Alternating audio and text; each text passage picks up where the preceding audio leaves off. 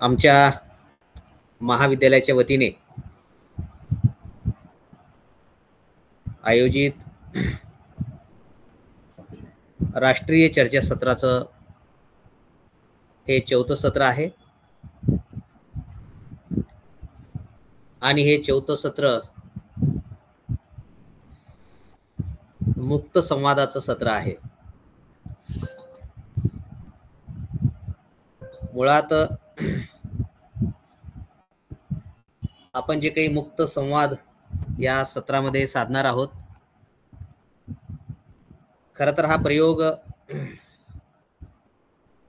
Offline कार्यक्रमामध्ये आपल्याला चांगल्या पद्धतीने करता येतो, परंतु आम्ही असं ठरवलं की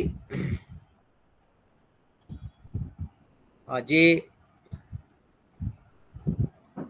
श्रोते आहेत त्यांनाही या चर्चासत्रामध्ये सहभागी होता यावं या उद्देशाने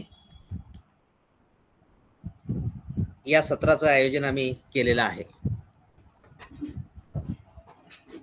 आणि या मुक्त संवादाचं या सत्राचा जो विषय आहे तो विषय आहे भारतीय ज्ञान परंपरा, असाच तो विषय राहणार आहे। तर या भारतीय ज्ञान परंपरेविषयी आपल्याला काय वाटते, या भारतीय ज्ञान परंपरेचं सामर्थ्य काय आहे, मर्यादा काय आहेत, या विविध अंगाने आपण अतिशय मुक्तपणे या ठिकाणी संवाद साधणार आहोत। खरं तर मुक्त संवादामध्ये जेव्हा एखादा व्यक्ती सहभागी झालेला असतो, ऑफलाईन मध्ये आपण साधक बाधक चर्चा करत असतो किंवा आपलं मत तात्काळ आपण मांडत असतो, परंतु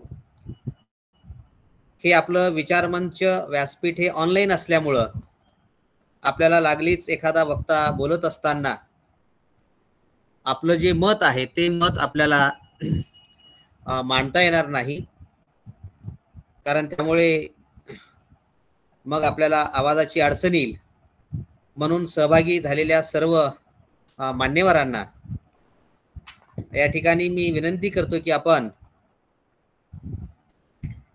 एक 4 ते 5 मिनिटांमध्ये भारतीय ज्ञान परंपरेविषयी आपलं जे काही मत आहे ते मत साधक बाधक या ठिकाणी आपण व्यक्त करू शकता।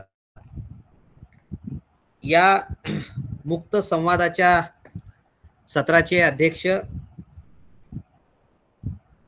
एक 10 मिनिटांमध्ये या ठिकाणी उपस्थित होतील, परंतु सरांनी परवानगी दिलेली आहे। आमच्या महाविद्यालयाचे उपप्राचार्य डॉक्टर काळगापुरे सर यांनी हे सत्र चालू करण्यासाठी परवानगी दिलेली आहे, त्यामुळं सरांच्या परवानगीने आपण या ठिकाणी हे सत्र सुरू करत आहोत।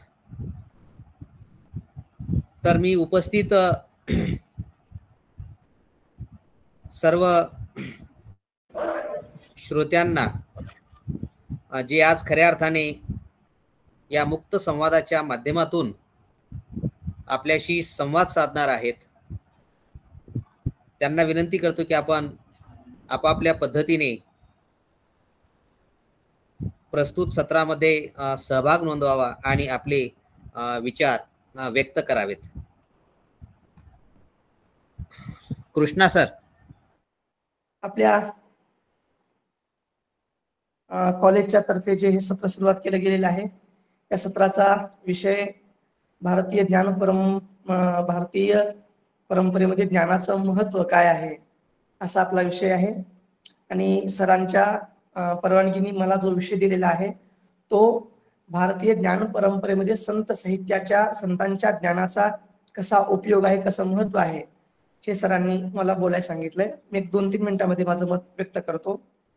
भारतीय संस्कृती किंवा भारतीय ज्ञान परंपराच नाही तर संपूर्ण जगातल्या ज्ञानावरती जर प्रभुत्व कुणाचा असेल तर भारतातल्या संतांचं, भारतातल्या संत साहित्याचा प्रभाव आहे. म्हणून भारत पूर्वीच्या काळामध्ये विश्वगुरु मानला जायचा, कारण सर्वत्र आमच्याच ज्ञानाचा उपयोग व्हायचा.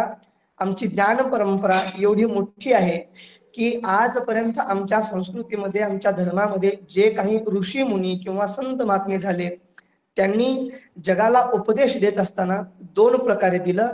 पहिलं म्हणजे इथं आल्यानंतर केवळ बोलून दाखवलं तर लोक प्रवृत्त होणार नाहीत, तर आपण पहिले वर्तन करून दाखवलं तर लोक प्रवृत्त होतील. म्हणून ज्ञानोबाराय असू दे, तुकोबाराय असू दे, गोस्वामी तुळशीदासजी असू दे, या सर्वांनी पहिले आपल्या आचरणाच्या माध्यमातून लोकांना उपदेश दिला. आणि संत महात्मे गेल्यानंतर त्यांचा विचार जो आहे तो विचार जगापर्यंत कायम राहावा, जगातला त्याचा उपयोग व्हावा, यासाठी ज्ञानोबारायांनी आपलं मत, आपलं ज्ञान ज्ञानेश्वरीच्या माध्यमातून, श्री तुकाराम महाराजांनी आपलं मत श्री तुकोबारायांच्या गाथेमधून, त्याचप्रमाणे गोस्वामी तुळशीदासजी आपल्या रामायणाच्या माध्यमातून आपल्या पूर्व परंपरेनुसार आलेल्या सगळ्या ज्ञान पद्धतीचा उपयोग, ज्ञानाचा उलगडा प्रत्येकाने आपल्या आपल्या ग्रंथामध्ये केलेला आहे. त्यामुळं आजपर्यंत आपल्या भारतीय संस्कृतीवरती, भारतीय संस्कृतीमध्ये त्यांच्या ज्ञानामुळे आजपर्यंत आपल्या भारतामध्ये ज्ञान परंपरा चालू आहे.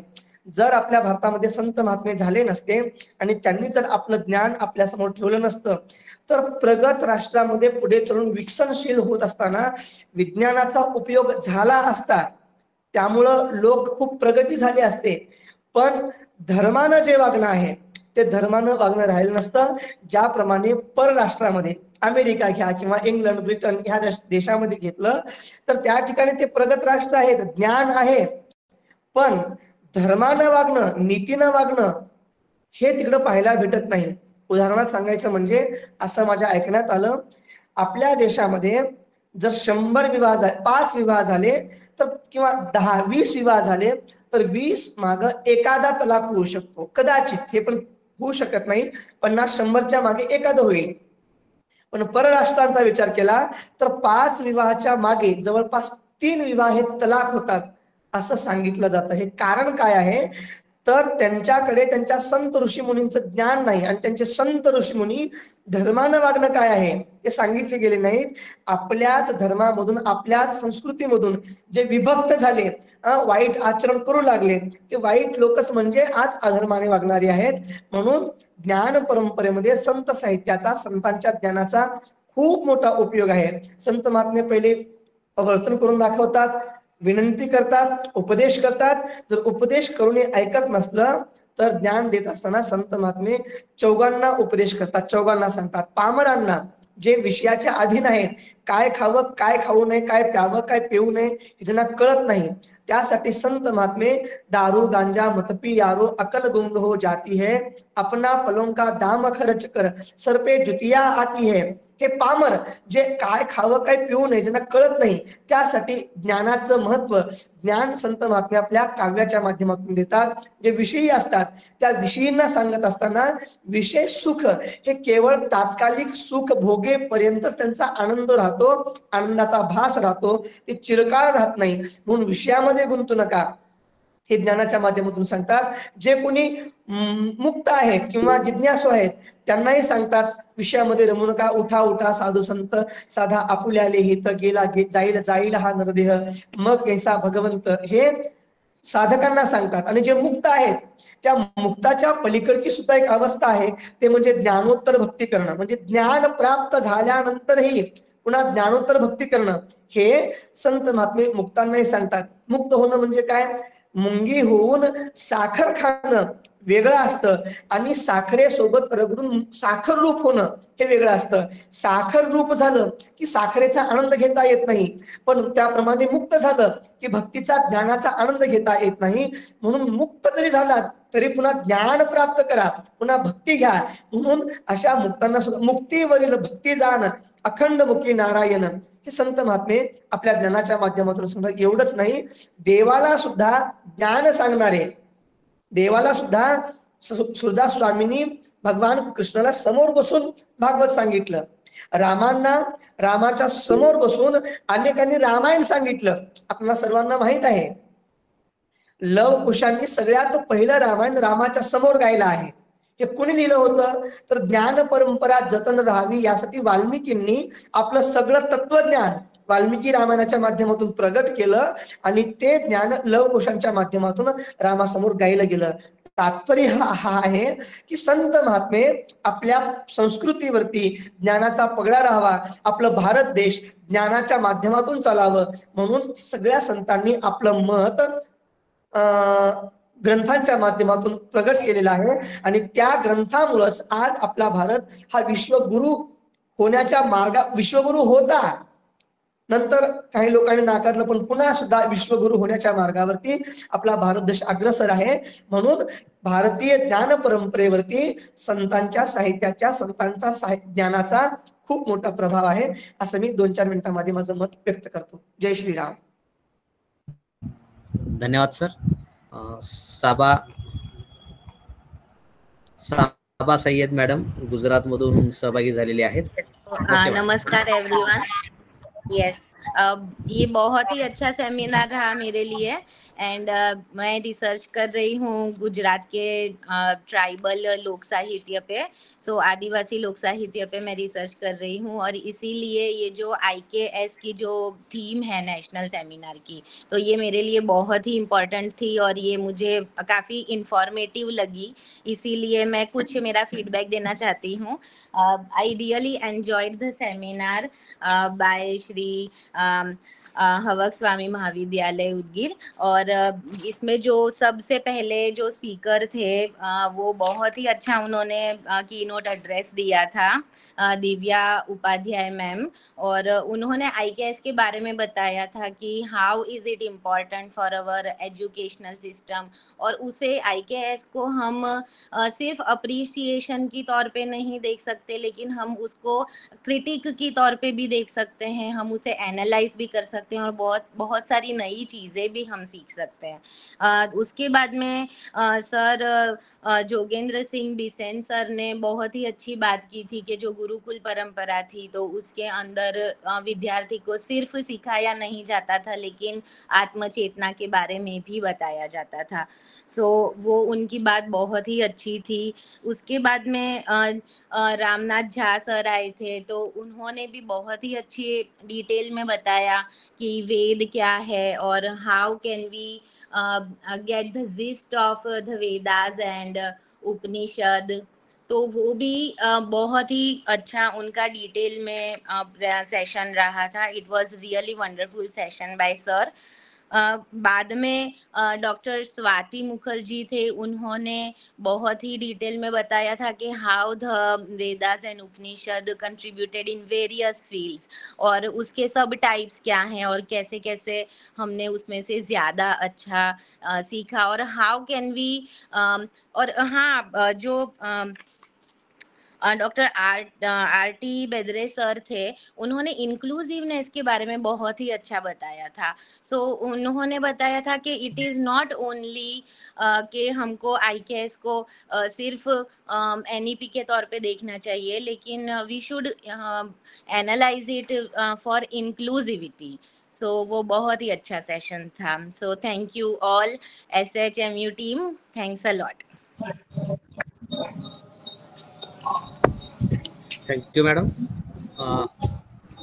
हमारे कॉलेज से आयोजित चर्चा सत्र के बारे में आपने बहुत अच्छा फीडबैक दिया है. यहाँ पर आपका बहुत बहुत स्वागत मॅडम. Thank you sir. या मुक्त संवादामध्ये गोव्याहून 2 अभ्यासक आहेत, दोघेही उपस्थित झालेले आहेत. सुरुवातीला आपण महामरे मॅडमचं मनोगत आपण घेऊया, त्यानंतर मग अभ्यासू असलेले चिन्मय घैसास सर यांचं मनोगत आपण ऐकणार आहोत. मी महामरे मॅडमना विनंती करतो की आपण या मुक्त संवादामध्ये सहभाग नोंदवा. नमस्कार सर.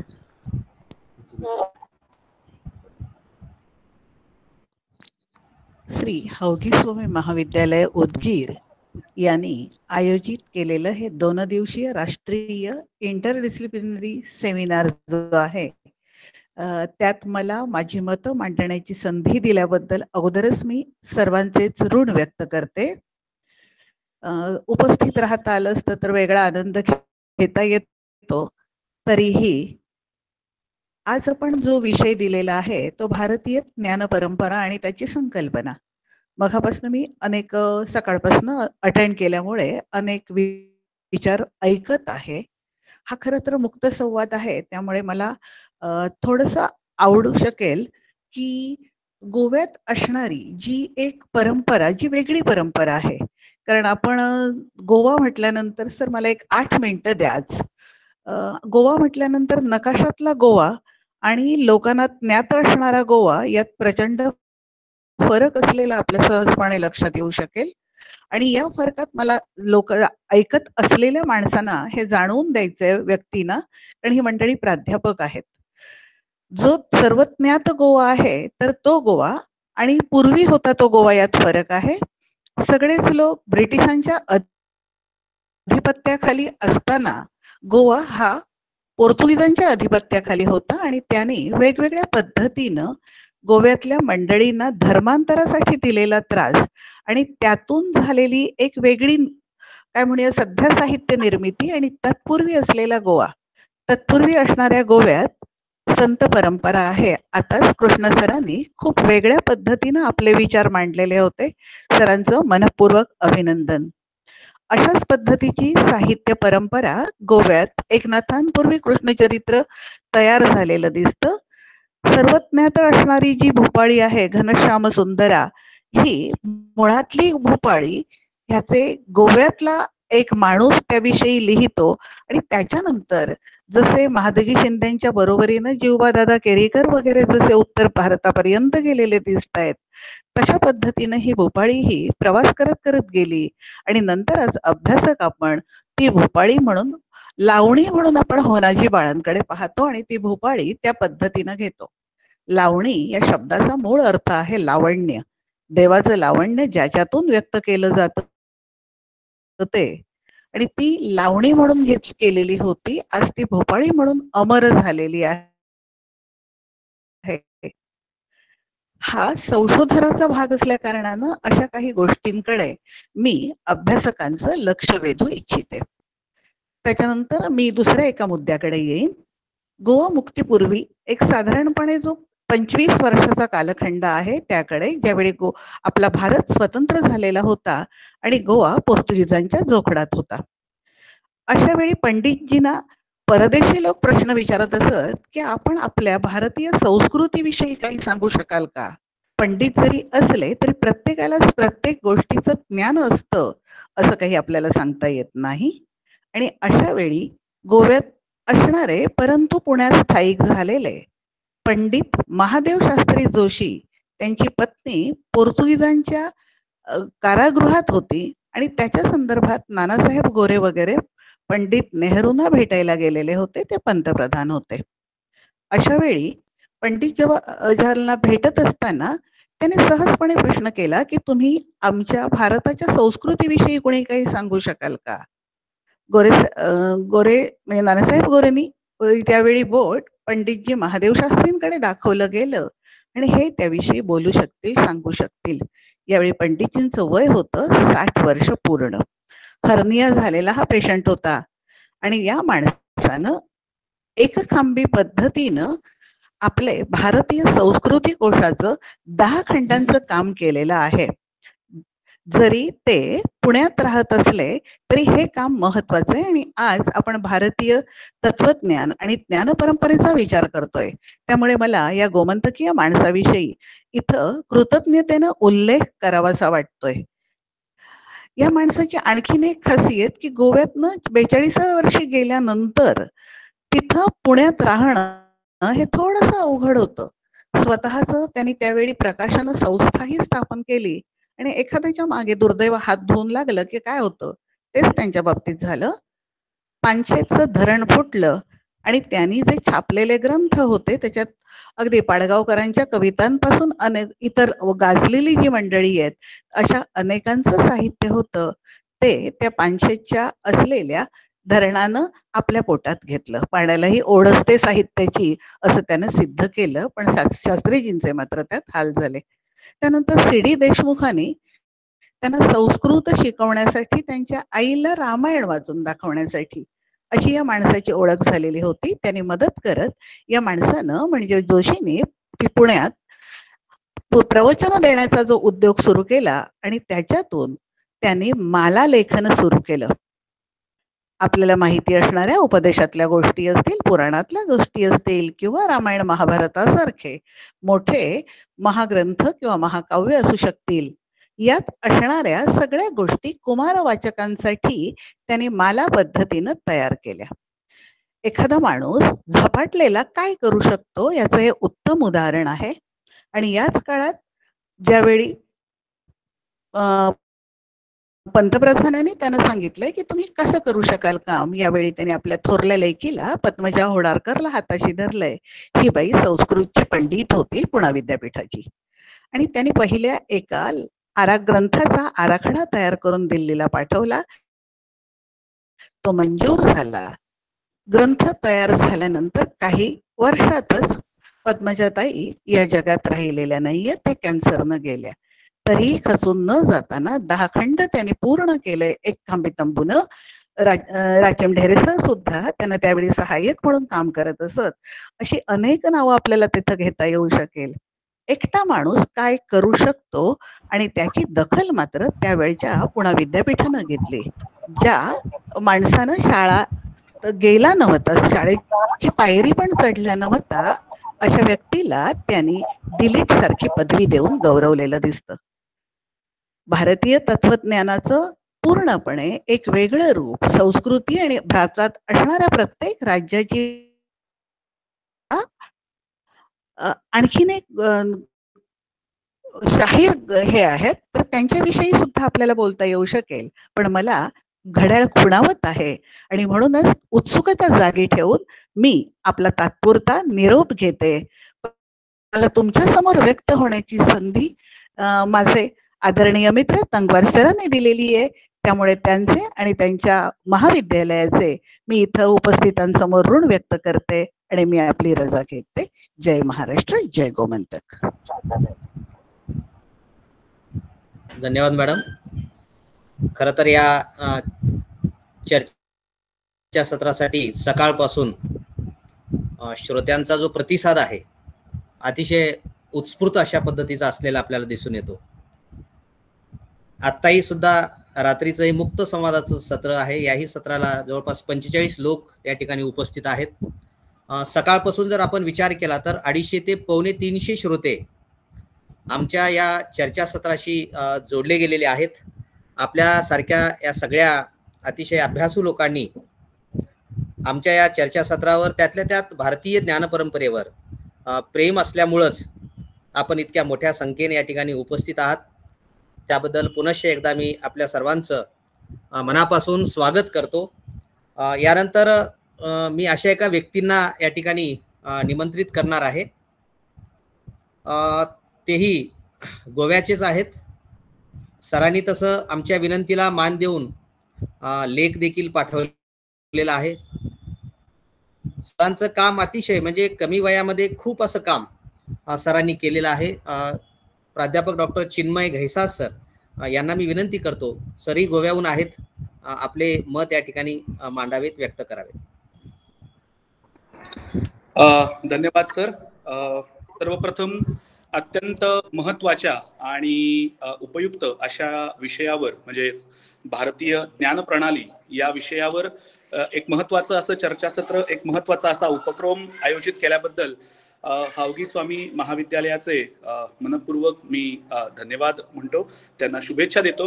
कारण अतिशय महत्त्वाचा असा आजच्या या काळाशी विशेषतः NEPचं जे नवीन राष्ट्रीय शैक्षणिक धोरण आपल्याकडे राबवण्यात आलेलं आहे त्या शैक्षणिक धोरणाला अनुसरून अतिशय महत्त्वाचा असा विषय, कारण या विषयाच्या संदर्भात जेव्हा आयोजकांनी मला संपर्क केला की या संदर्भात तुम्ही काही लिहाल का, तर खरं तर हा विषय बऱ्याच दिवसांपासून डोक्यात होताच, परंतु ज्या वेळेला आमच्या काही अभ्यासक प्राध्यापक मित्रांशी मी जेव्हा चर्चा केली तेव्हा असं लक्षात आलं की या विषयावर फारसं काही लिहिलेलं कुठे सापडत नाहीये, आणि त्यामुळे हा जो विषय आहे या विषयाच्या संदर्भात अशी चर्चा आज प्रामुख्याने होणं अतिशय आवश्यक आहे. आणि त्यालाच अनुसरून जे काही जी काही माहिती उपलब्ध होती त्या माहितीचा एक संशोधन प्रपत्र हे निश्चितपणे मी पाठवलेलं आहे.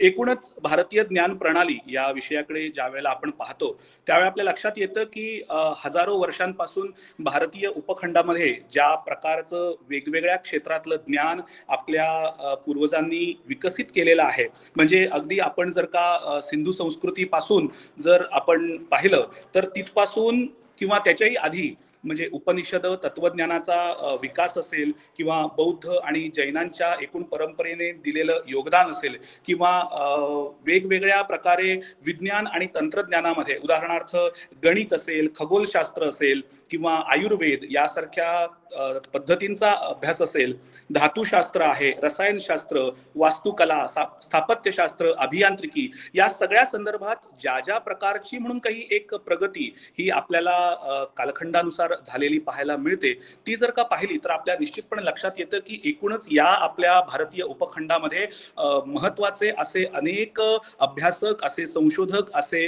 विचारवंत होऊन गेलेले आहेत ज्यांनी अशा महत्वपूर्ण गोष्टींची भर आपल्या समाजाला दिलेली आहे आपल्या कामाने. आणि त्याचा ज्या वेळेला आज आपण एक प्रकारे मागोवा घेतो त्यावेळेला आपल्या लक्षात येतं की ही जी एक भारतीय ज्ञान प्रणाली आहे या ज्ञान प्रणालीचा आज पुन्हा एकदा भूतकाळामध्ये आपण थोडंसं डोकावून त्याचा पुन्हा एकदा नव्याने विचार करण्याची, म्हणजे अनेक जुने संदर्भ जे आपल्याकडे आहेत, मला तरी असं वाटतं आमच्याकडे विज्ञान साहित्य असा एक वेगळा प्रवाह भारतीय आपल्या परंपरेमध्ये पाहता येतो. मराठीमध्ये विज्ञान साहित्यामध्ये विशेष अर्थाने वेगवेगळ्या संदर्भांचा विचार करता येतो. म्हणजे रामायण सारख्या किंवा महाभारतासारख्या वेगवेगळ्या आपल्या ग्रंथांमध्ये म्हणा किंवा या आपल्या महत्वाच्या ज्या कथा आहेत तर त्यामध्ये देखील आपल्याला असे काही, म्हणजे उदाहरणार्थ विमानाचा संदर्भ असेल रामायणातील, तर विमानाचा शोध हा जर का आपण अगदी काल परवा लागला असं जर का आपण म्हणत असू, राईट ब्रदर्सनी त्याचा शोध लावला किंवा आपल्याकडच्या तळपदे नावाच्या गृहस्थांनी देखील त्या संदर्भात काही महत्वाचं मौलिक संशोधन काही शतकांपूर्वी केलेलं होतं, परंतु हजारो वर्षांपूर्वीच्या कालखंडामध्ये विमानाचा जो काही उल्लेख रामायणामध्ये आपल्याला सापडतो, मग याचा उल्लेख आपण विमान हे गोष्ट कशी काय आपण त्या काळात होती याचा काही विचार आपण करू शकतो का? म्हणजे मग आपल्याकडे विमान सिद्धांत नावाचा एक ग्रंथ देखील लिहिला गेल्याचे आपल्याला संदर्भ सापडतात किंवा आपल्याकडे महाभारतातले संदर्भ असतील.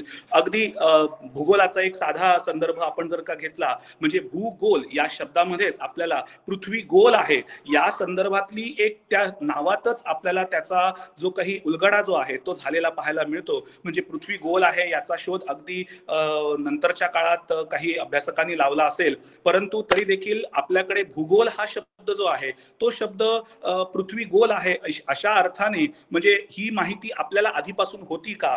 म्हणजे एकूणच भारतीय ज्ञान प्रणालीचा ज्यावेळेला आपण विचार करतो तेव्हा प्रामुख्याने असं दिसून येतं, नाट्यशास्त्रासारखा किंवा सादरीकरण कलेसारखा प्रकार असेल, दृश्य कला असेल, चित्रकला असेल, संगीत असेल, नृत्य असेल, ह्या सगळ्या वेगवेगळ्या अशा विविध ज्ञानशाखांचा ज्यावेळेला आपण विचार करतो त्यावेळेला आपल्या लक्षात येतं की आपल्याकडे वेगवेगळ्या प्रकारचं विविध अशा परंपरांचं एक ज्ञान किंवा अशा पद्धतीची माहिती ही आपल्याकडे होती, परंतु काळाच्या ओघामध्ये वेगवेगळ्या कारणांनी असेल कदाचित ती माहिती आपल्यापासून थोडीशी दूर गेली किंवा आपल्याला तिचा विसर पडला. परंतु या राष्ट्रीय शैक्षणिक धोरणाच्या अनुषंगाने आज ज्या वेळेला आपण भारतीय या अभ्यास प्रणाली किंवा भारतीय ज्ञान प्रणालीचा जेव्हा आपण पुन्हा एकदा मागोवा घेण्याचा प्रयत्न करतो, मला वाटतं निश्चित अशा वेगवेगळ्या नवीन संदर्भांचा उलगडा आणि त्याचं एक सखोल चिंतन या निमित्ताने होईल. पुन्हा एकदा हौगी स्वामी महाविद्यालयाने अशा प्रकारचं एक अतिशय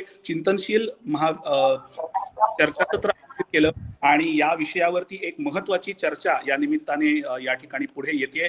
मला निश्चितपणे खात्री आहे की या चर्चासत्राचं जे एक सेमिनार प्रोसिडिंग्स पुस्तक रूपाने निश्चितपणे येईल, त्यातूनही अशी ही माहिती अनेकांपर्यंत पोहोचेल आणि यावर खूप मोठ्या प्रमाणात चिंतन अनेक मान्यवरांकडून पुढे येईल. पुन्हा एकदा हावगी स्वामी महाविद्यालय आणि तंगवार सरांचं हार्दिक अभिनंदन करतो आणि या ठिकाणी 4 शब्द मांडण्याची एक संधी दिली त्याबद्दल पुनश्च आपले धन्यवाद, आभार.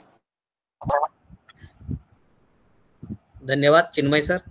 आपण आमच्या विनंतीला मान देऊन या ठिकाणी भारतीय ज्ञानपरंपरेशी निगडीत आपलं मत व्यक्त केलात.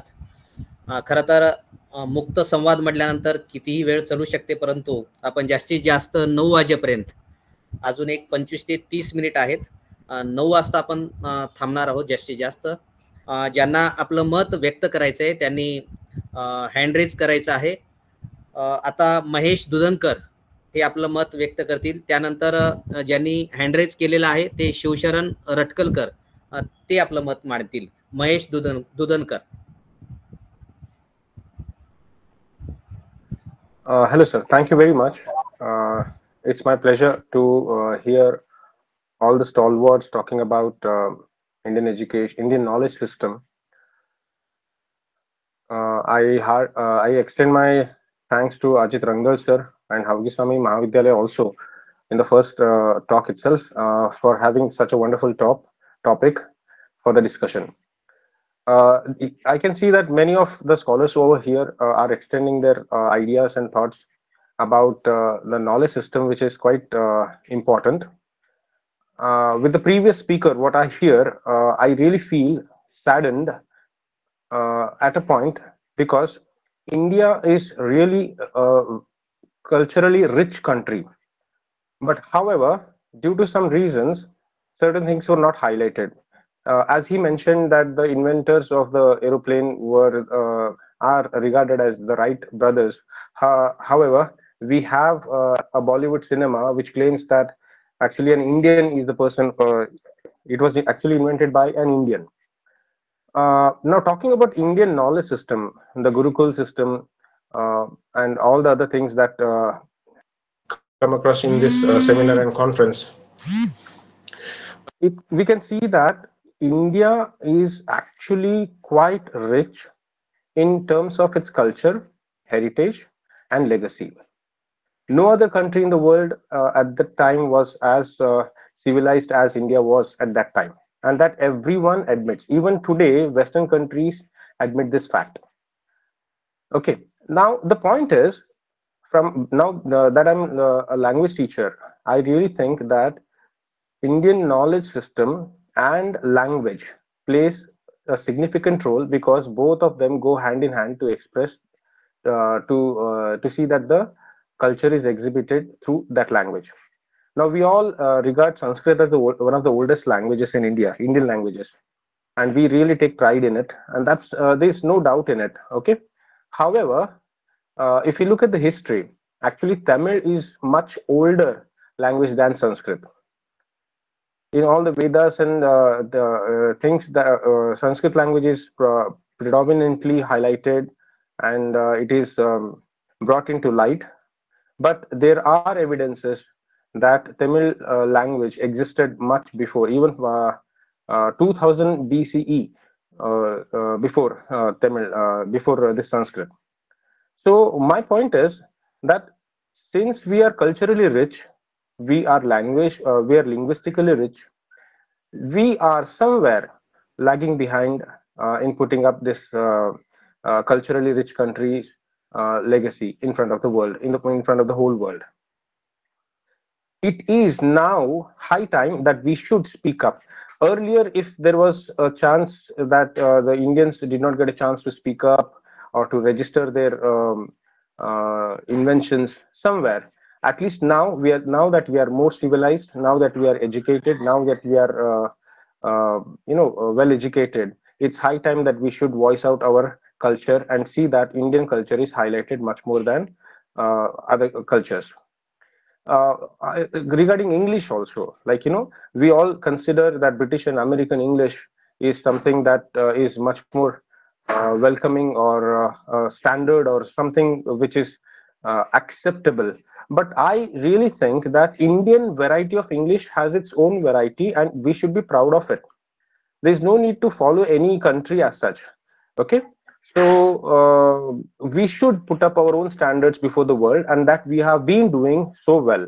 In fact, I feel proud enough to say that we are Indians are actually the most perfectly speaking English people, even compared to the native English speakers. They do not speak as grammatically correct English as we do actually. So it's a very proud thing actually that we are into it, and we are open to all kinds of languages. We are open to all kinds of cultures. We are open-hearted. So Indian knowledge system has always welcomed all these ideas. So it's high time that we should voice out. We should write blogs about it. We should write research papers about it. We should bring the Indian culture in front of the world, saying that we were much more civilized even when the Western countries were still under civilized. So this is what I wanted to talk about this tonight. Thank you very much for giving me a chance, and thank you everyone. इसके बाद शिवशरण रटकलकर. हा, धन्यवाद आदरणीय तंगावाज sir आणि सर्वच team. आदरणीय Sneha madam गोव्यावरून जी बोलल्या की लावणी होनाजी बाळा असतील किंवा लावणी सम्राट म्हणून ज्यांच्याकडे पाहिलं जातं आदरणीय पट्टे बापूराव, तर यामध्ये आणखी एक थोडीशी मोलाची भर मी अशी घालू इच्छितो सर्वांसाठी की भारतीय सांस्कृतिक परंपरा किती महत्वाची आहे आणि संत शिरोमणी मन्मथ स्वामीचं वाङ्मय जे आहे ते उपेक्षित राहिलेलं आहे. संत शिरोमणी मन्मथ माऊलींनी म्हणजे 16व्या शतकाच्या पूर्वार्धातच मूळ पेठ निवासिनी आली कराडला ही लावणी त्यांची साहित्यामध्ये उपेक्षित राहिली. म्हणून संत शिरोमणी मन्मथ माऊलींना आद्य लावणीकार असं म्हटलं जातं. प्रसिद्ध साहित्यिक डॉक्टर युम पठाण सरांची जी प्रस्तावना आहे असं परमरहस्य ग्रंथाचा चिकित्सक अभ्यास डॉक्टर सेदे पसारकर सरांनी या ग्रंथामध्ये त्याचा उल्लेख केलेला आहे. आणखी चिन्मय सरांनी आत्ताच सांगितलं की काही शोध अलीकडच्या काळात लागले असं म्हणावं तर ते खरंच विपर्यास ठरेल. आणि तशीच घटना आपल्या भारतीय ज्ञान परंपरेच्या बाबतीत झालेली आहे. वैशेषिक किंवा दार्शनिक शास्त्राचा अभ्यास करणारे महर्षी कनाद, ज्यांना परमाणूचं जनक असं म्हटलं जातं, परंतु तरीही आधुनिक विज्ञानाने जॉन डाल्टन यांना परमाणू निर्मिती, बॉम्ब निर्मिती वगैरेसाठी जनक मानल्या गेलं. 1766 ते 1844 हा म्हणजे 18व्या शतकातला हा काळ. परंतु त्यांच्याही अगोदर 913 वर्षापूर्वी महर्षी कनादांनी हा सिद्धांत मांडला होता. म्हणजे आमचे भारतीय तत्वज्ञ किंवा शास्त्रज्ञ कसे उपेक्षित राहिले. दिवसभराच्या सत्रामध्येही आपण पायथागोरसच्या प्रमेयाबद्दल ऐकलं. विवेचन खूप सुंदर झालं आजचं दिवसभराचं सत्र. पायथागोरसचा प्रमेय असेल किंवा शून्याची निर्मिती असेल, या सगळ्या शुल्व, कात्यायन वगैरे जे काही भारतीय गणितज्ञ होते तर ते उपेक्षितच राहिले. दुसरंही मला आणखी असं सांगावं असं वाटतं की महर्षी कनादांनी आपला शेवट देवाचं नाव घेऊन तुमचा अंत व्हावा असं जेव्हा त्यांचे अनुयायी म्हणतात त्यावेळेस त्यांनी आपला शेवटचा श्वास पिलव पिलव पिलव अर्थात परमाणू हाच सर्वोच्च आहे किंवा जगन्नियंता आहे असे शब्द शेवटच्या श्वासामध्ये त्यांनी घेतले. एवढा मोठे महर्षी कनाद सुद्धा उपेक्षित राहतात. गतिविषयक नियम जे आहेत ते वैशेषिक दर्शनशास्त्रामध्ये वेग निमित्त विशेषात कर्मणो जायते, वेग निमित्तापेक्षात कर्मणो जायते, नियतधिक क्रिया प्रबंध हेतू वेग संयोग विशेष विरोधी, अशा प्रकारचा जो श्लोक आहे तोही 913 वर्षापूर्वी न्यूटनच्या आधी आमच्या भारतीय शास्त्रज्ञांनी संशोधकांनी मांडला आपल्या सिद्धांतामध्ये. गुरुत्वाकर्षण ऍपल खाली पडलं ते पुन्हा वर गेलं नाही, खालीच का पडलं वगैरे न्यूटनच्या बाबतीत म्हटलं जातं. न्यूटनचा काळ हा 1687 म्हणजे 17व्या शतकातला. पण 900 वर्षापूर्वी सांगितलेला सिद्धांत आम्ही भारतीय का उपेक्षित ठेवतो ही शोकांतिका आहे. म्हणून वेद, उपनिषद, आरण्यक अशा प्रकारचे जे काही आमचं दर्शनशास्त्र आहेत यांचा NEP 2020 मध्ये जो प्रामुख्याने आता राष्ट्रीय शैक्षणिक धोरणात विचार करण्यात आलेला आहे ते खरंच वाखाणण्याजोग आहे. आणि आजही काही जणांना असं वाटतं की हे काय थोतांड, हे काय मांडतायत, तर हे कमी व्हावं. आणि मी खरंच सावगी स्वामी महाविद्यालयाच्या सगळ्या टीमचे मनापासून आभार मानतो की आपण हे सगळं काही आधुनिक पिढीसाठी मांडत आहात. खरंच प्रशंसनीय आहे. धन्यवाद सर. धन्यवाद सर. यानंतर वंदना मिश्रा मॅडम. सर्वांना माझा सादर नमस्कार. मी डॉक्टर वंदना विजयकुमार मिश्रा, राजश्री शाहू कॉलेज लातूर. ओम अज्ञानतिमिरन्धस्य ज्ञानाञ्जनशलाकया चक्षुरुन्मीलितं येन तस्मै श्री गुरुवे नमः. मला इथं बोलण्याची संधी दिली त्याच्याबद्दल खूप खूप आभारी आहे. तर आता बराच खूप इंटरेस्टिंग सगळा दिवसभरातलं आपलं चर्चासत्र चालू आहे. त्याच्यामध्ये एक गोष्ट प्रामुख्याने सांगावीशी वाटते की हे IKS ला इंट्रोड्यूस करण्यामागचा उद्देश हे होता की आपल्या विद्यार्थ्यांना आपल्या भारतीय संस्कृतीबद्दल काहीच माहिती नाहीये ती व्हावी म्हणून. पण आपण सर्रास पाहतो आता आजकाल आपण सर्रास बोलतो की आजकालच्या विद्यार्थ्यांना मध्ये संस्कार नाहीयेत, कल्चर नाहीये, भरकटलेले आहेत, वाईट व्यसनांच्या आहारी गेलेले आहेत. पण माफ करा कुणाला पटेल की नाही की पण मी फ्रँकली असं सांगू इच्छिते की याची जिम्मेदारी ऍज अ पॅरेंट्स म्हणून आणि ऍज अ टीचर म्हणून आपल्यावर पण आहे. फक्त या विद्यार्थ्यांचा याच्यामध्ये दोष नाही, कारण हे आपली जी एवढी समृद्ध संस्कृती कल्चर होती ते त्यांच्यापर्यंत पोहोचण्यामध्ये, ते हँडओव्हर करण्यामध्ये एक पालक म्हणून किंवा शिक्षक म्हणून आपलं अपयश आहे की आपण त्यांच्यापर्यंत ते पोहोचवलं नाही म्हणून. तर आता हे NEP ने आपल्याला ही एक संधी दिलेली आहे. मला ही गोष्ट मी याच्यासाठी म्हणते की मी पाहिलं काही प्राध्यापकांच्या याच्यामध्ये की काय हे उगीच काहीतरी करून ठेवलेलं आहे, ह्याची काही गरजच नव्हती, ह्याच्याने काय होणार आहे, अशा निगेटिव्ह गोष्टी जेव्हा ऐकल्या त्यावेळेस मला खूप पेन फील झालं. कारण आता ही एक संधी आहे आपल्याला मिळालेली, त्याला आपण खऱ्या याच्याने यूज करून त्याच्यातनं काही सिद्ध करायचं, साध्य करायचं आपण नक्कीच प्रयत्न केला पाहिजे. आणि आपण पॉझिटिव्हली विचार केला आणि तसं प्रयत्न केलं तर याच्यातनं यश नक्कीच मिळेल याची मला पूर्ण खात्री आहे. आता मी जास्त वेळ न घेता 2 मिनिट मी एक लायब्ररी याच्याबद्दल बोलणार आहे. जसं की भारत म्हणलं की सगळ्यांना वाटतं की हे गारुड्यांचं, अंधश्रद्धाळू लोकांचा देश म्हणून. पण इसवी सन पूर्व 5व्या शतकामध्ये गुप्त राजवंशाच्या कालखंडामध्ये जी नालंदा विद्यापीठाची स्थापना झाली होती, त्या नालंदा विद्यापीठाची लायब्ररी ही जगातली सर्वात मोठी लायब्ररी म्हणून प्राचीन भारतामध्ये प्रसिद्ध होती. आणि आज आपण पाहतो की आपल्या विद्यार्थ्यांमध्ये ऑक्सफर्ड, केम्ब्रिज विद्यापीठामध्ये शिकायला जाण्याचं जसं क्रेज आहे, तर त्या काळामध्ये बाहेरच्या लोकांना त्या नालंदामध्ये शिकायला येण्याचं त्यांना ध्यास होता. आणि मी एका पुस्तकामध्ये असं वाचलंही होतं की बाहेरच्या विद्यार्थ्याला त्या नालंदामध्ये प्रवेश घेता आला नाही म्हणून त्याने आत्महत्याही केलेलं मी माझ्या वाचनात आलेलं आहे. तर अशी ही एवढी समृद्ध लायब्ररी होती, ज्याचे 3 भाग होते त्या लायब्ररीचे. आणि त्या लायब्ररीला धर्मगुंज या नावाने ओळखलं जायचं. ते धर्मगुंजचा अर्थ होता सत्याचा पर्वत. आणि ते सत्य काय होतं तर त्याच्यामध्ये सगळे आपले धार्मिक ग्रंथ, हस्तलिखिते यांना ठेवण्यात आलेलं होतं. त्याच्यामध्ये रत्नसागर, रत्नोदधी आणि रत्नरंजक असे 3 वेगवेगळे विभाग होते त्या लायब्ररीमध्ये. आणि ही रत्नसागर म्हणून जी बिल्डिंग होती, इमारत, ती तर 9 मजली अशी होती. आणि या लायब्ररीमध्ये तत्वज्ञान, तर्कशास्त्र, साहित्य, वेद, धर्मशास्त्र अशा याच्यावरची खूप समृद्ध अशी हस्तलिखित होती. 12व्या शतकापर्यंत ही लायब्ररी खूप भरभराटीला आली होती. पण त्याच्यावर 3 वेळा हल्ले पण झाले होते या लायब्ररीवर. हुन यांनी केला होता, एक गौंड यांनी, आणि त्याच्यानंतर बख्तियार खिलजी यांनी. त्या 2 आधीच्या हल्ल्यांमध्ये ती लायब्ररी सावरली. पण नंतरचं जे बख्तियार खिलजी यांनी 12व्या शतकामध्ये जो हल्ला केला त्याच्यामध्ये ती लायब्ररी पूर्णतः डिस्ट्रॉय झाली. त्याच्यामध्ये 9 लाख असे हस्तलिखित आणि ग्रंथ होती की ज्यांना बख्तियार खिलजी यांनी आग लावली, जाळलं, तर 3 महिन्यापर्यंत ती लायब्ररी जळत होती. 3 महिन्यापर्यंत आकाश सगळं त्या धुराने माखलेलं असं होतं. तर जे की लोक म्हणतात की भारतामध्ये लोकांना फक्त अंधश्रद्धा किंवा भारुड्यांचा देश आहे म्हणून, तर त्यांच्या तोंडावर ही खूप मोठी चपराक आहे की त्या काळामध्ये सुद्धा आमचं ग्रंथ संपदा एवढी संपन्न होती, एवढं आमचं ज्ञानाच्याकडे एवढा कल होता.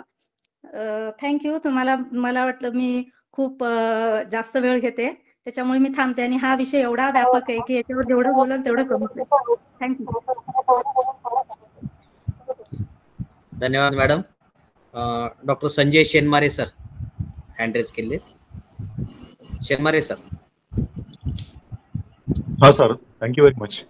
या सेशनचे अध्यक्ष आणि मित्रांनो, या जगामध्ये ज्या ज्या गोष्टी अस्तित्वात आहेत सध्या, त्या सर्व गोष्टींचा उल्लेख आपल्या भारतीय ज्ञानांमध्ये, आपल्या जुन्या ग्रंथांमध्ये, आपल्या वेद, उपनिषद, हस्तलिखित, ताम्रपत्र, पाषाणलेख, भुर्जपत्र, म्हणजे हे कागदाचा शोध लागायच्या पहिले ज्या ज्या गोष्टींवर त्या काळात लिहिल्या जात होतं, त्या सगळ्या गोष्टींवर त्याचा कुठेतरी उल्लेख आहे.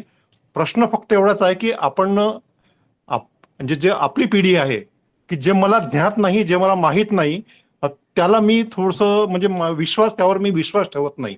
ही आपली जी भावना आहे ती थोडीशी म्हणजे हे आहे की त्या काळातही जे शोध किंवा जे प्रयत्न पूर्णत्वास गेले नाहीत, त्या कागदावर उतरवले गेले नाहीत, म्हणून बऱ्याचशा गोष्टींचा उल्लेख राहून गेला. नाही तर या जगातल्या सगळ्या गोष्टींचा उल्लेख, या सगळ्या गोष्टींचा शोध आपल्या भारतात लागलेला आहे. फक्त त्या संदर्भातलं डॉक्युमेंटेशन, त्या संदर्भातलं पेटंट, त्या संदर्भातलं रायटिंग्स ते बाहेरच्या लोकांनी केलं आहे.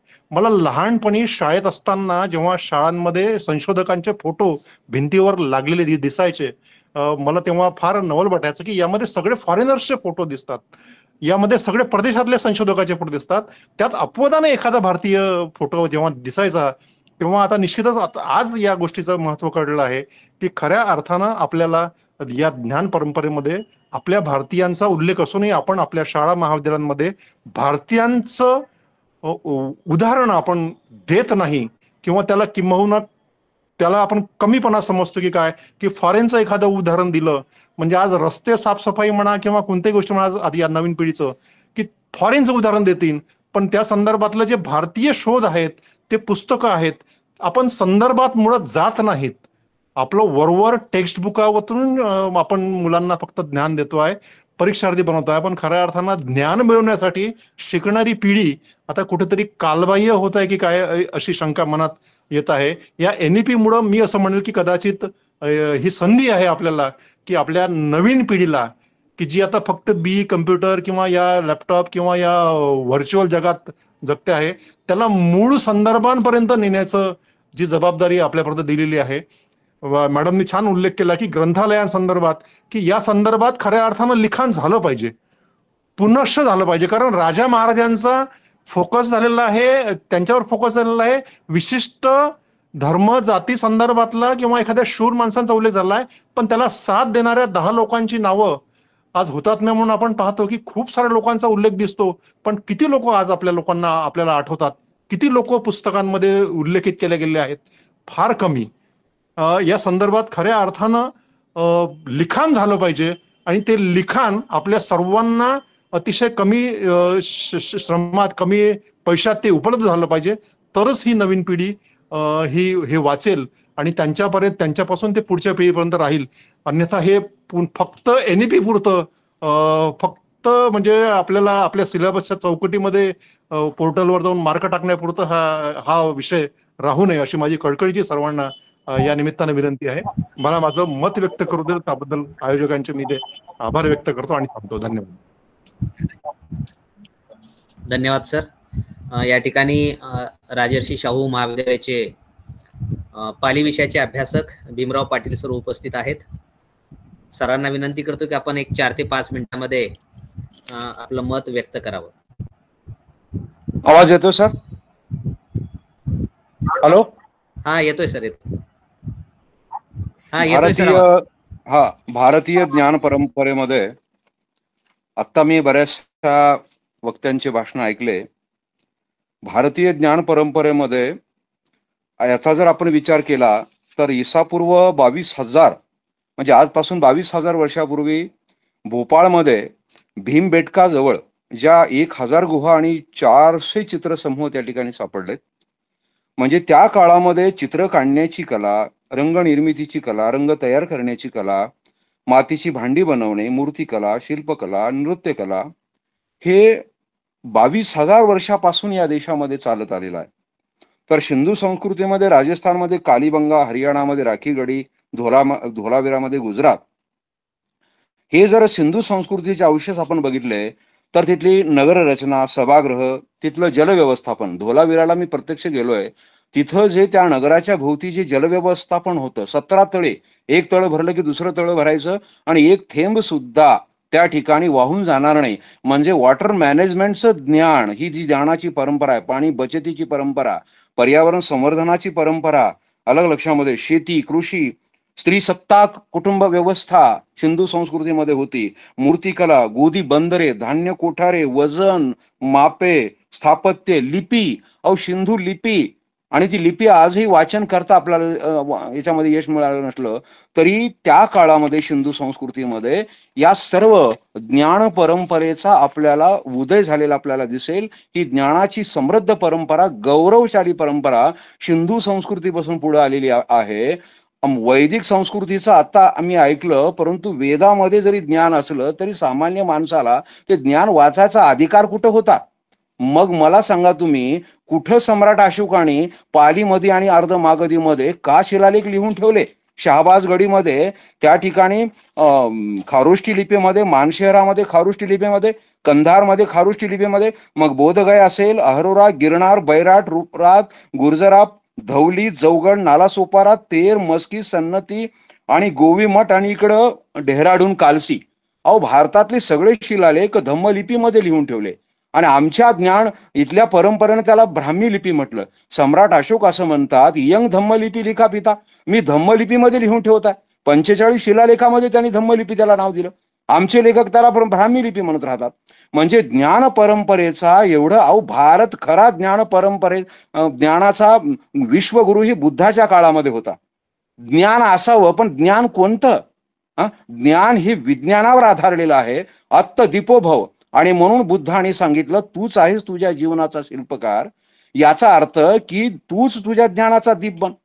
आणि म्हणून विद्यापीठाच्या क्षेत्रामधून जर अशा पद्धतीनं विज्ञानावर आधारित प्रज्ञाशील आणि करुणेचं ज्ञान आम्हाला दिलं जात नसेल, आणि म्हणून तथागत बुद्धाने आणि वर्धमान महावीरांनी इथल्या पाली, अर्धमागधी, मागधी आणि प्राकृत म्हणजे अनेक भाषांचा समूह आहे. पाली आहे, अर्धमागधी आहे, पैशाची आहे, या स्थानिक भाषा आहेत. त्याच्यामध्ये सौर्षणी आहे, पैशाची आहे, अवंती आहे, महाराष्ट्रीय आहे. या सगळ्या भाषांचा समूह म्हणजे प्राकृत होती. प्राकृत म्हणजे प्रारंभी केलेली, संस्कृतमध्ये त्यावर संस्कार करून आलेली.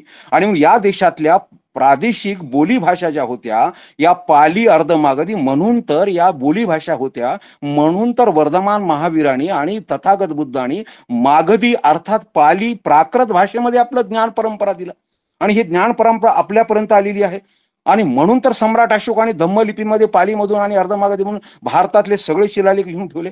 आता विद्यापीठाचा उल्लेख झाला. अरे, नालंदा विद्यापीठ बौद्ध विद्यापीठ होतं. म्हणून तर चीनचे प्रवासी हिवेन चंग, इत्सिंग फायन हे भारतामध्ये बौद्ध धर्माचा अभ्यास करण्यासाठी आले होते.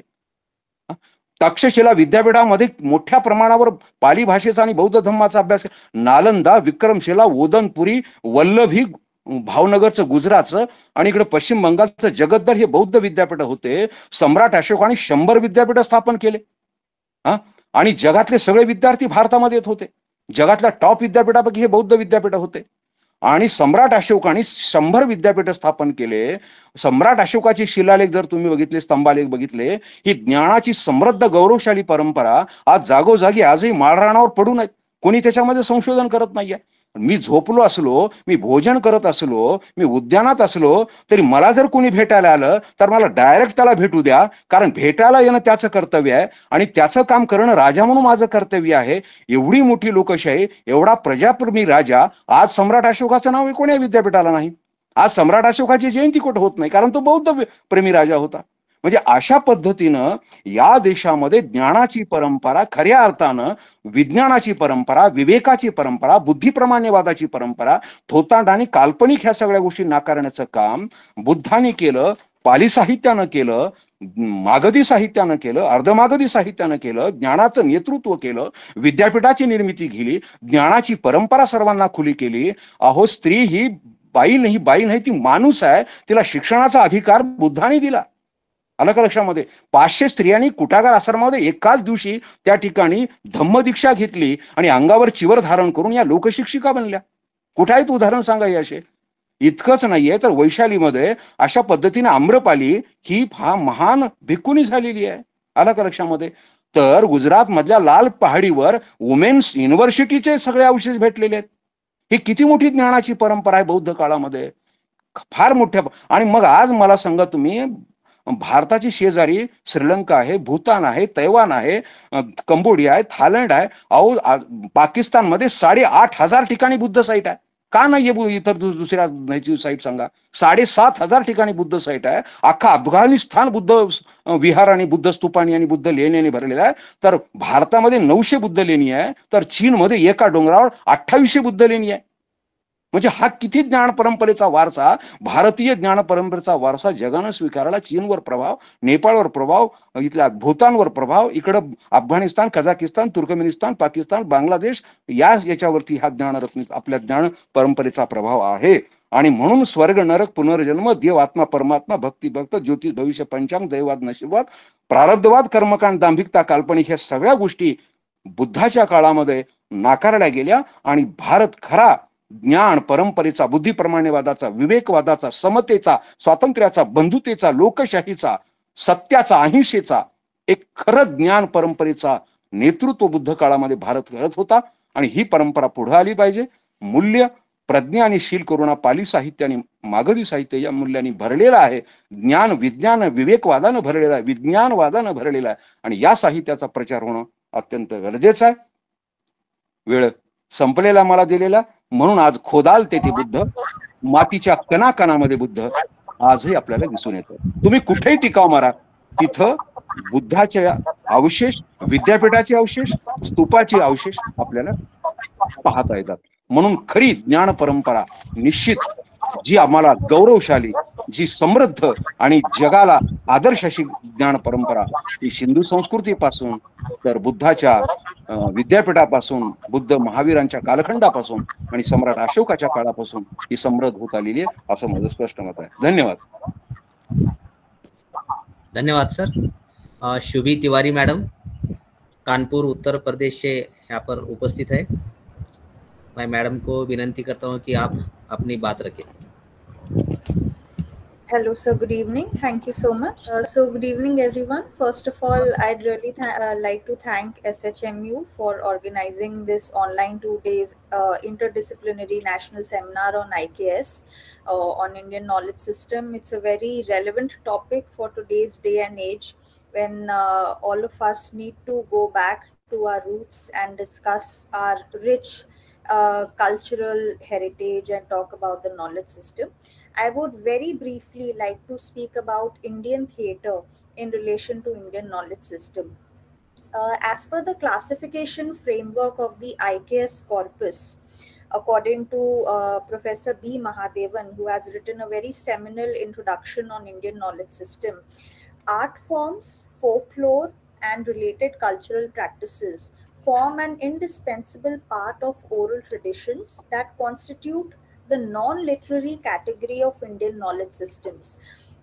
When we look at Indian theatre, especially in the post-independent, post-colonial scenario, there was a larger urge to reject all markers of the erstwhile colonial identity. So naturally, when you look at the cultural sphere and the artistic sphere, everyone wanted to go back to the folk and the classical traditions that were previously practiced.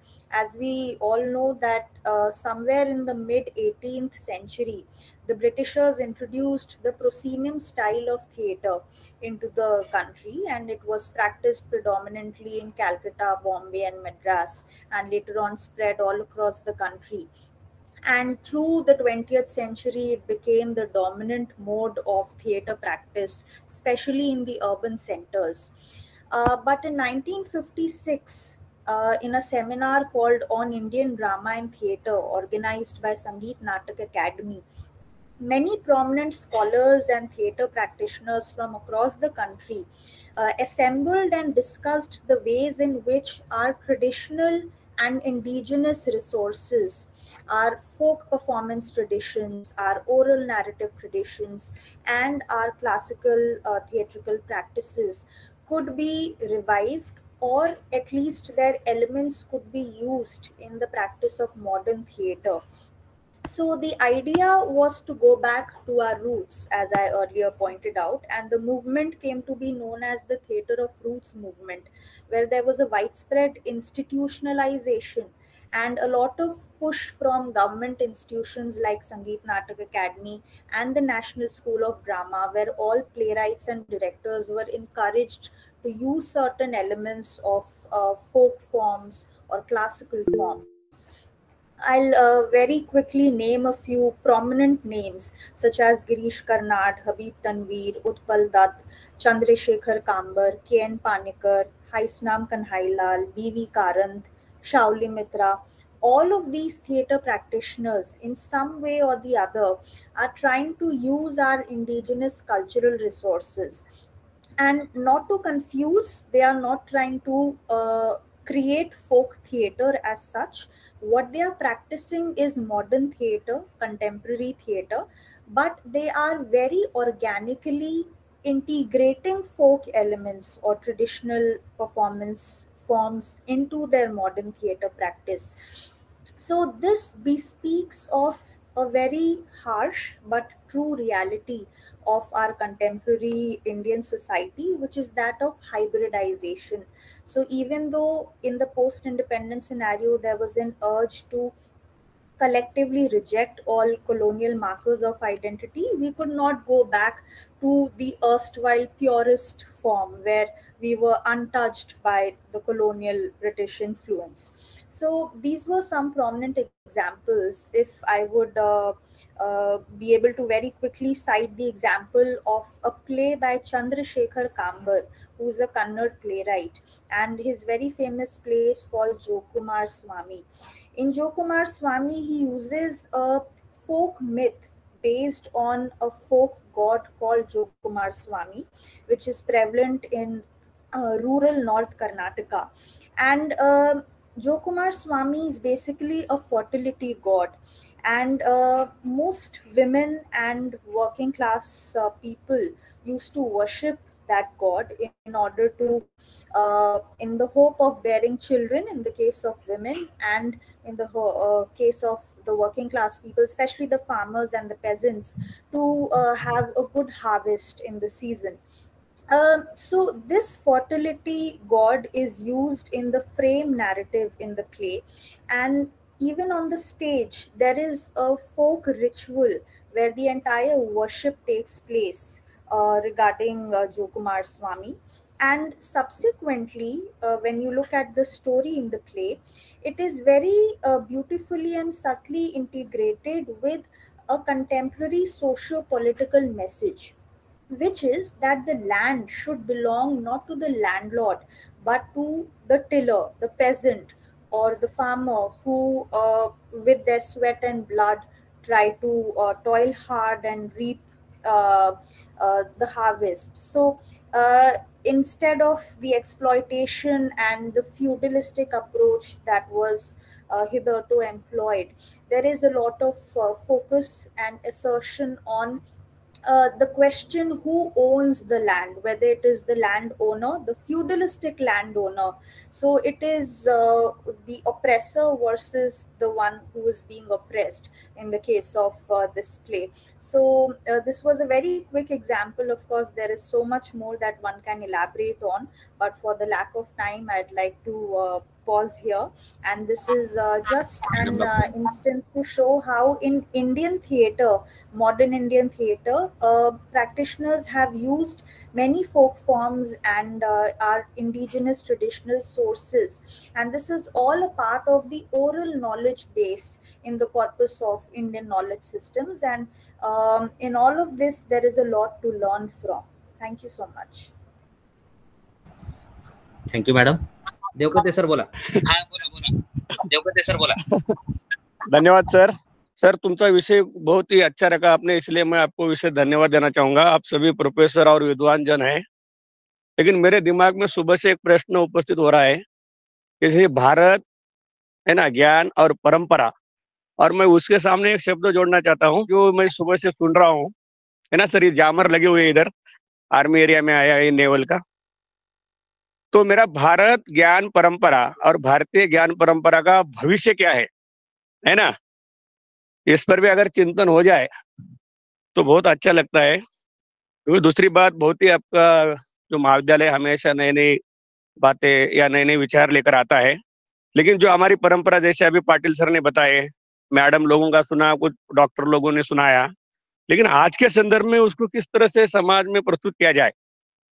ये आज की जो पीढ़ी है, क्या वो किताबें खोलकर पढ़ने वाली है? क्योंकि आगे अभी स्क्रीन टच का जमाना आ गया है ना सर।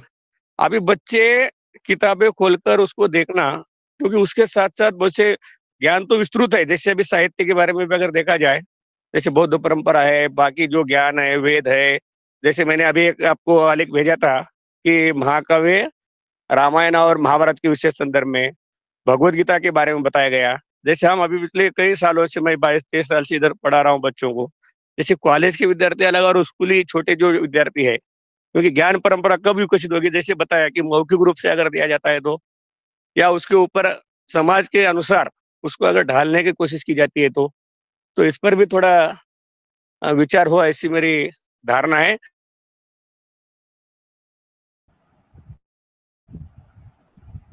बहुत बहुत धन्यवाद आपको। बहुत कुछ अच्छी अच्छी बातें हमें सीखने को मिली और बोलने का मौका दिया, इसलिए मैं आपको बहुत धन्यवाद देना चाहता हूँ। धन्यवाद सर। धन्यवाद देवकते सर, आपके सब सुझाव प्रासंगिक है। मुक्त संवाद या सत्रामध्ये जवळपास 13 जण सहभागी झालेले होते। गोवा, गुजरात, उत्तर प्रदेश आणि महाराष्ट्र या 4 राज्यातून अभ्यासकांनी आपापली मतं या ठिकाणी मांडलेली आहेत। एक राष्ट्रीय चर्चासत्रामध्ये एक आगळा वेगळा असा प्रयोग आम्ही या माध्यमातून केलेला आहे। काही निमंत्रित वक्ते बोलतच असतात, शोध निबंध वाचक आपले निबंधही सादर करतात, परंतु काही श्रोते किंवा काही कारणामुळे आपण अनेक वक्त्यांना निमंत्रित करू शकत नाही। असे वक्ते देखील या सत्रामध्ये सहभागी झाले पाहिजेत आणि विषयाचं कुठलं बंधन नाही, विषय एकच आहे, भारतीय ज्ञान प्रणाली।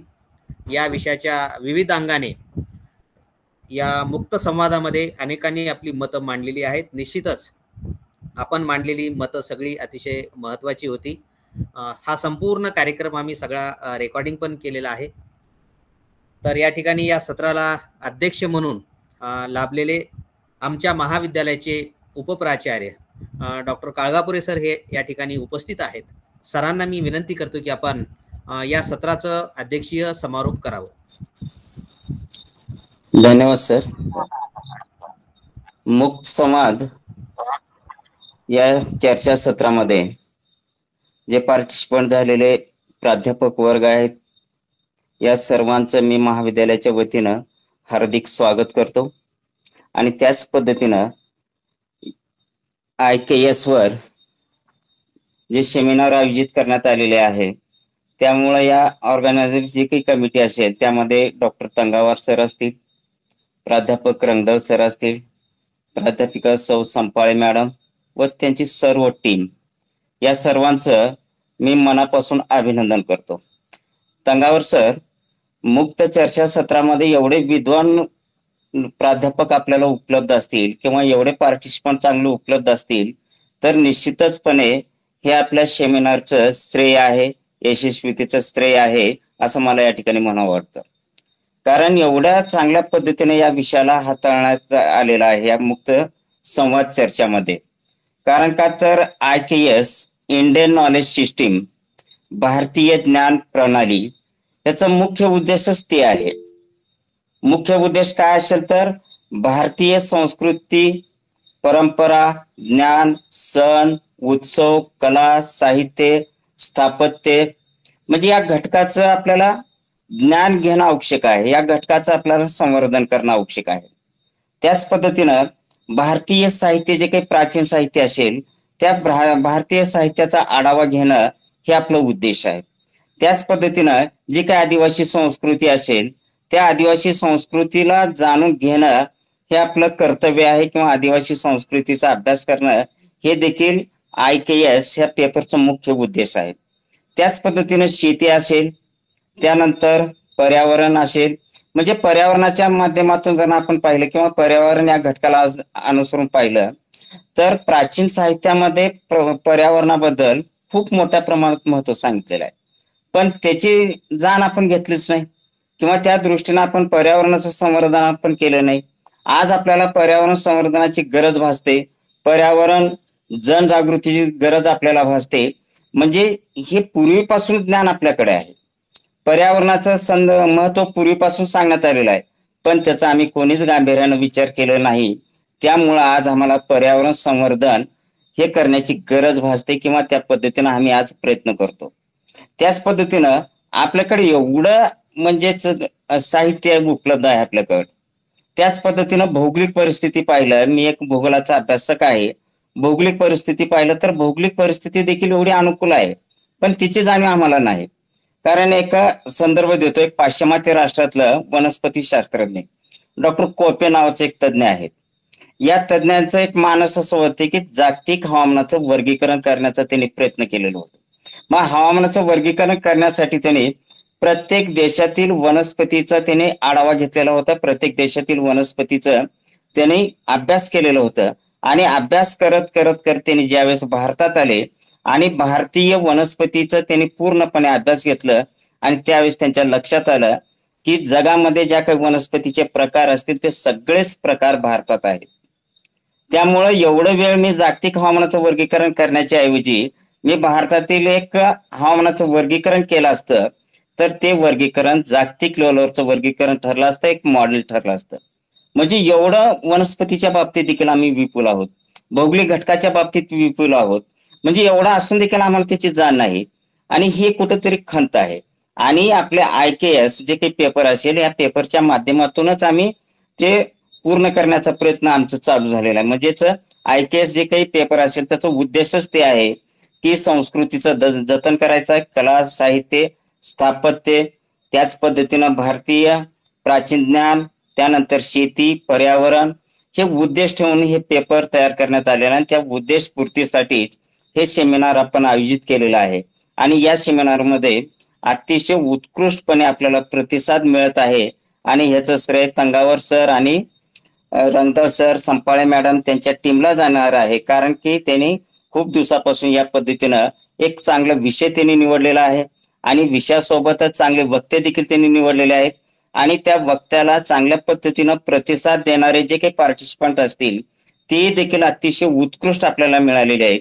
कारण मुक्त संवाद या कार्यक्रमामध्ये अनेक पार्टिसिपंटचं मी मत ऐकलेलं आहे आणि एवढा गाढा अभ्यास या विषयावर त्यांच्या माध्यमातून मला दिसून आलेला आहे. तर या सर्वांचं परत एकदा महाविद्यालयाच्या वतीने मी स्वागत करतो. आजचं पूर्ण दिवस आपण यात घातलेला आहे, पूर्ण दिवस आपण चांगल्या पद्धतीने आम्हाला सहकार्य केलेलं आहे आणि चांगला प्रतिसाद देखील दिलेला आहे. असाच प्रतिसाद उद्याच्या सेशनला देखील द्याल अशी अपेक्षा व्यक्त करतो. आणि या ठिकाणी मला 2 शब्द अध्यक्ष या नात्यानं बोलण्याची संधी दिली त्याबद्दल ऑर्गनायझिंग कमिटीचं मी आभार व्यक्त करतो आणि या ठिकाणी थांबतो. धन्यवाद. धन्यवाद सर. आपल्या मार्गदर्शनानुसारच या चर्चासत्राचं आयोजन आम्ही केलेलं आहे. आपण अध्यक्षीय समारोपामध्ये भारतीय ज्ञानपरंपरेमध्ये काय अपेक्षित आहे किंवा पर्यावरणाच्या दृष्टिकोनातून आदिवासी संस्कृती ही भारतीय ज्ञानपरंपरा कशा पद्धतीने जपते या अनुषंगाने आपण अध्यक्षीय समारोप केलात. त्याबद्दल आपले मनापासून आम्ही आभार व्यक्त करतो.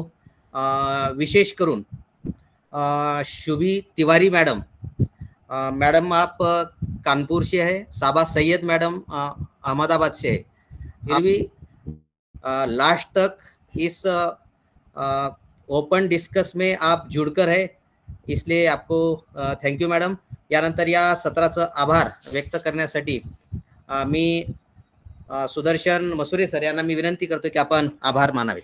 है कि आज की इस खुली चर्चा में जो भी इस का सभी ने सहभाग लिया और इस चर्चा सत्र के कार्यक्रम के अध्यक्ष उप प्रधानाचार्य जी कालगापुरे सर जी ने ये पद ग्रहण किया और मार्गदर्शन भी किया, उनका भी यहाँ पर महाविद्यालय की ओर से उनका आभार व्यक्त करते हैं.